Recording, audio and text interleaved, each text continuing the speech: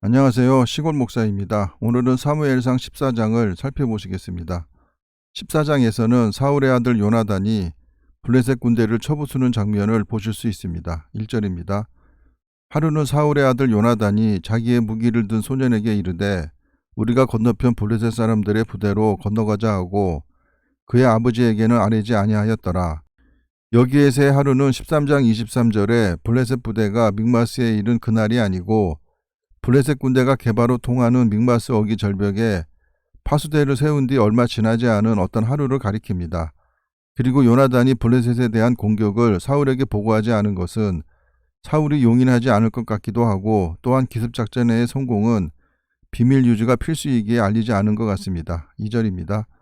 사울이 기브와 변두리 미그론에 있는 석류나무 아래에 머물렀고 함께한 백성은 600명가량이며 13장 15절에서 사울과 함께한 사람이 600명으로 기록되었기에 그때로 이어지는 이야기로 보입니다. 아이야는 에봇을 입고 거기 있었으니 그는 이가봇의 형제 아이두베 아들이요 비느하스의 손자요 실로에서 여호와의 제사장이 되었던 엘리의 증손이었더라. 백성은 요나단이 간 줄을 알지 못하니라. 대제사장이 우림과 둠밈을 통해 하나님의 뜻을 물으려고 했기에 사울이 대기하고 있었을 것입니다. 4절입니다. 요나단이 블레셋 사람들에게로 건너가려 하는 어기 사이 이쪽에는 험한 바위가 있고 저쪽에도 험한 바위가 있는데 하나의 이름은 보셋이요 하나의 이름은 세네라. 한 바위는 북쪽에서 믹마스 앞에 일어섰고 하나는 남쪽에서 게바 앞에 일어섰더라. 요나단이 자기의 무기를 든 소년에게 이르되 우리가 이 할례받지 않은 자들에게로 건너가자. 여호와께서 우리를 위하여 일하실까 하노라. 여호와의 구원은 사람이 많고 적음에 달리지 아니하였느니라. 성서 고고학자들이 무기토에서 발견한 블레셋 족속의 그림에 그들에게 표피가 없었기에 할례받지 않은 자라는 말은 블레셋이 하나님과 언약을 맺지 않은 이방 민족임을 강조한 말로 봐야 할 것입니다. 무기를 든 자가 그에게 이르되 당신의 마음에 있는 대로 다 행하여 앞서가소서. 내가 당신과 마음을 같이하여 따르리이다. 요나단이 이르되 보라 우리가 그 사람들에게로 건너가서 그들에게 보이리니 정면 대결을 하겠다는 것입니다. 9절입니다. 그들이 만일 우리에게 이르기를 우리가 너희에게로 가기를 기다리라 하면 우리는 우리가 있는 곳에 가만히 서서 그들에게로 올라가지 말 것이요 블레셋이 적극적으로 대응을 하면 올라가지 말자는 것입니다. 10절입니다.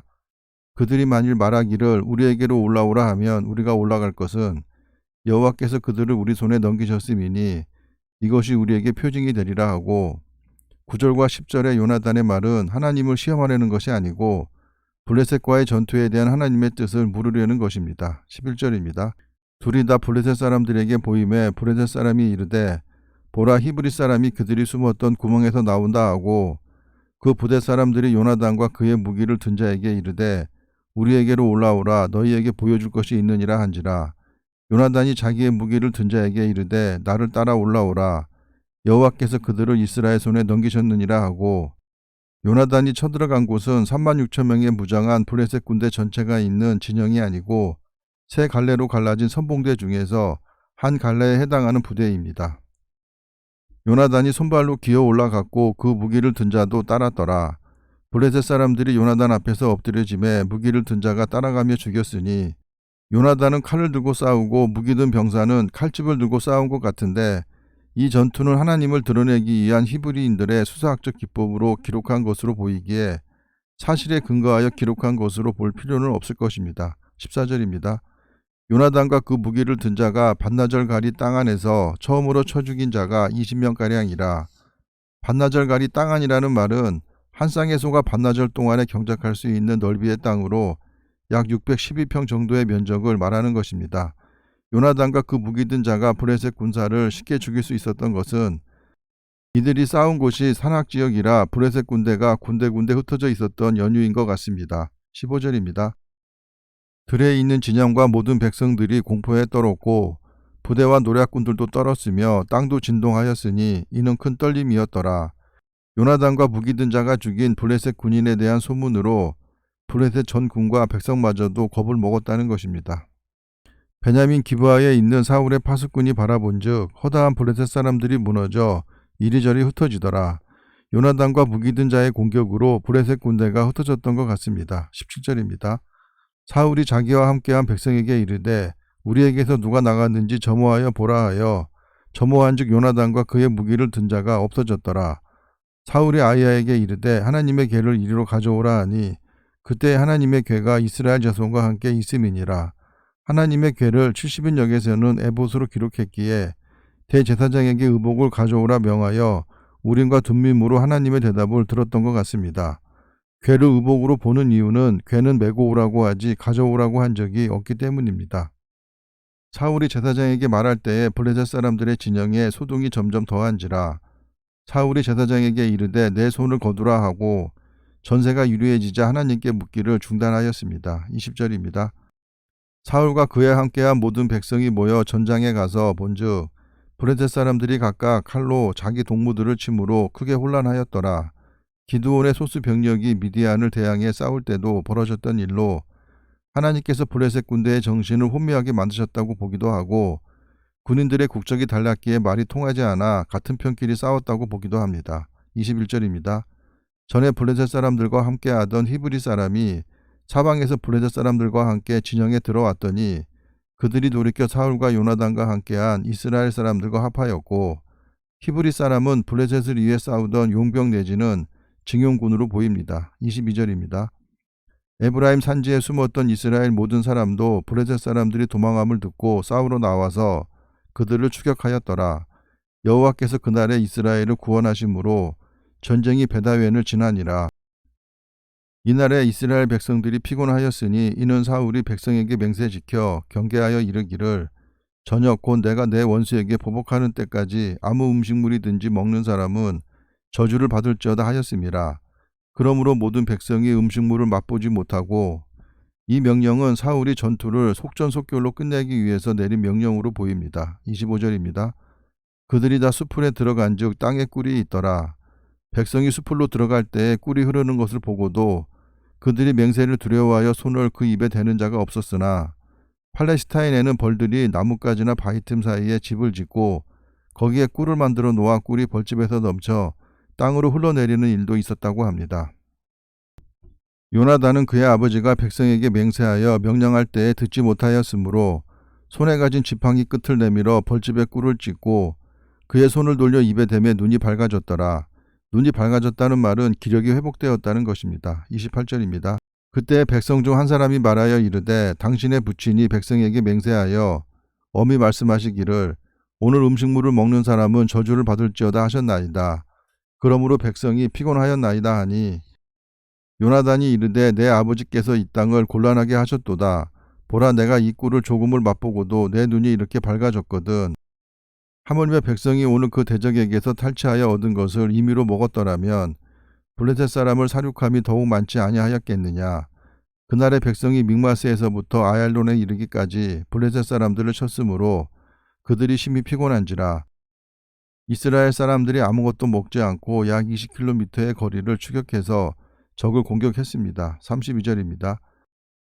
백성이 이에 탈취한 물건에 달려가서 양과 소와 송아지를 끌어다가 그것을 땅에서 잡아 피채 먹었더니 너무 배가 고파서 피를 빼고 할 여유가 없었을 것입니다. 무리가 사울에게 전하여 이르되 보소서 백성이 고기를 피채 먹어 여호와께 범죄하였나이다. 사울이 이르되 너희가 믿음 없이 행하였도다. 이제 큰 돌을 내게로 굴려오라 하고 또 사울이 이르되 너희는 백성 중에 흩어져 다니며 그들에게 이르기를 사람은 각기 소와 양을 이리로 끌어다가 여기서 잡아먹되 핏째로 먹어 여호와께 범죄하지 말라 하라 하매 그 밤에 모든 백성이 각각 자기의 소를 끌어다가 거기서 잡으니라. 사울이 여호와를 위하여 제단을 쌓았으니 이는 그가 여호와를 위하여 처음 쌓은 제단이었더라. 믹마스 전투에서의 승리에 대한 감사의 표시로 단을 쌓았습니다. 36절입니다. 사울이 이르되 우리가 밤에 블레셋 사람들을 추격하여 동틀 때까지 그들 중에서 탈취하고 한 사람도 남기지 말자.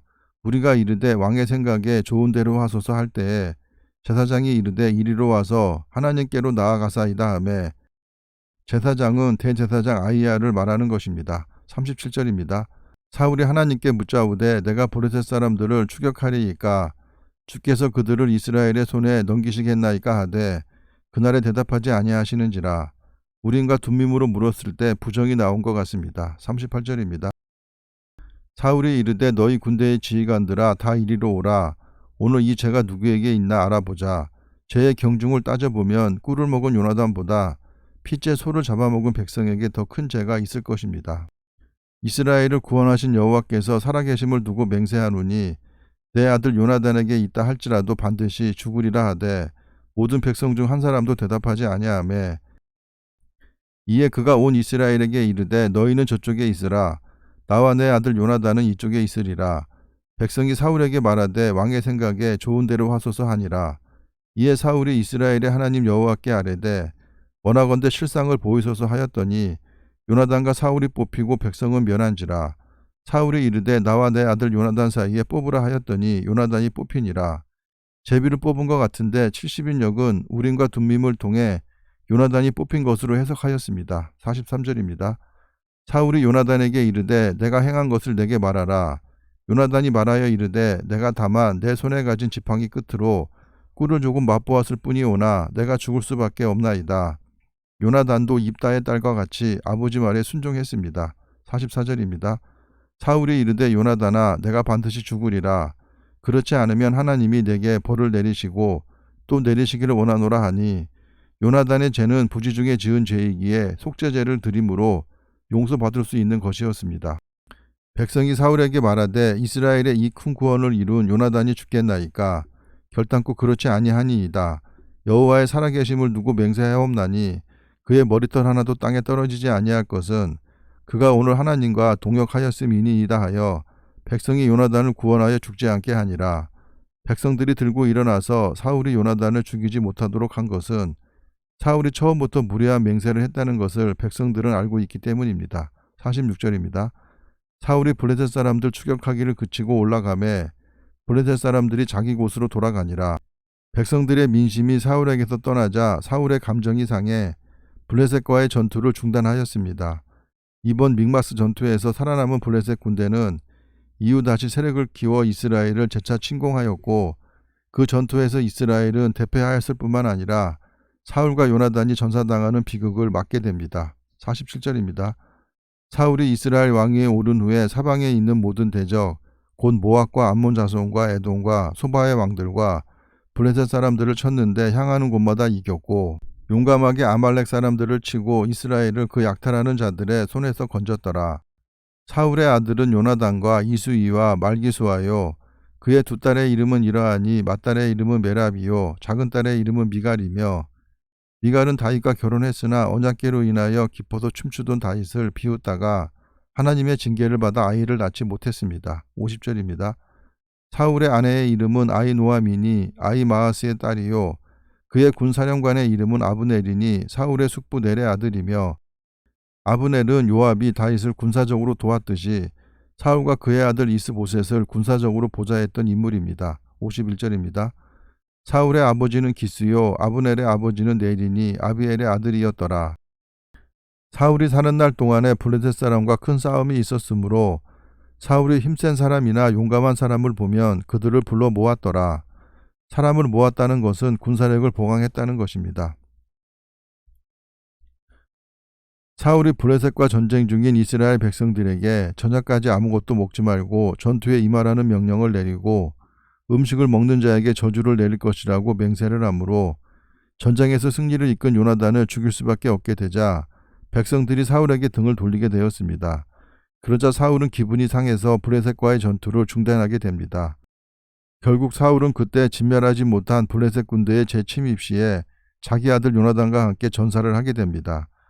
사람은 말을 조심하고 가려서 해야 합니다. 특히 흥분되었거나 감정이 고조되었을 때 함부로 맹세의 말을 하게 되면 제정신으로 돌아왔을 때 반드시 후회를 하게 됩니다. 그래서 맹세하거나 서원을 할 때 반드시 제정신으로 해야 할 것입니다. 감사합니다.